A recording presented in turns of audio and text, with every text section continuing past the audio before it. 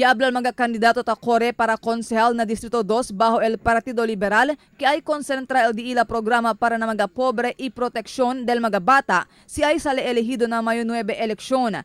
Asegun con el candidato Chodiver Arquiza ay rimpuha el na konseho lokal para el implementación del curfew hour para con el mga menor de edad na entero syudad. Si Arquiza yabla para el bien del mga menor de edad na di ila karaykwal komunidad.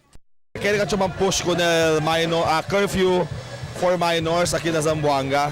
Kasi tasintigasyon, disiplina kasi el palta aqui. So el disiplina debe man-install kita con el bata, joven pale. Para sabele, tenele miedo na ley, tenele miedo comete violación na ley. Yabla pa si Arquiza, uno del su prioridad amo el proteksyon del mga menor de edad o del mga jóvenes. Razón si porque quiere ele que tiene curfew hour aquí na syudad para kanila. Asegun con Arquiza, mga tiempo, mucho del mga menor de edad el takeda envuelto na mga krimen, igual el droga prohibido. Takre según ele kay un buen manera el implementación del curfew hour para corregir con clase de problema na sosyedad. El parents también, también su own obligation, su responsabilidad. Pensa ele que debe di mi anak menor de edad, que debe bisya pirmi, bisya todo hora, debe hora del noche, si no hay man kumigo junto, debe ta kaya dito casa, ta descansa, ta estudia, itaase ko lo que debe. Ita abangan sila, hindi ata keda expose pa ng mga otokosa.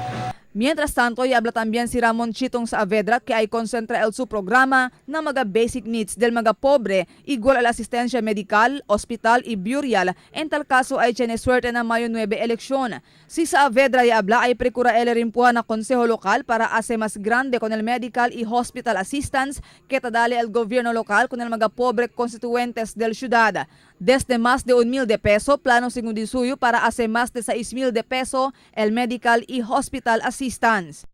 Like medical assistance, I think 1,000 plus something, and el patel na hospital bill same lang siguro mamari So cuánto tan plano pa sa kaya kita si subi about around si pwede around 6,000 plus in every like medical assistance and hospital bills, more than pa si pwede mas munamente.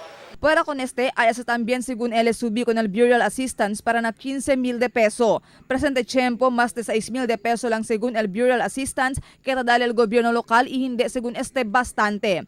Quiere también según él que hace más corto el proceso pa kimodo puede saka con el asistencia a ver para hindi mas ay tormenta pa el mga constituentes que necesita man avail con clase de programa. Al na burial si pwede kita si actually ara idea is 6,500 si pwede kita si 15 gat para mahente pobre hindi mas mambira-bira ka naton kay syempre tiene as ejemplo tiene kita more to na un pamilya mahente pobre la kanamo na barangay Tubungan at donde pa sila anda sila kanamon PD as barangay Kagaut largo process pa. Si Arquiza amo el barrio Capitan del Taluntalun kenta sirvina su primer término. Si Saavedra queda también 9 años kagawat del barrio de Tugbungan.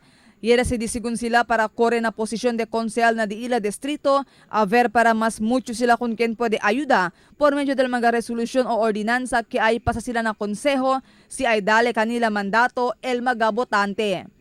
Marifita Mayo, Dateline Zamboanga.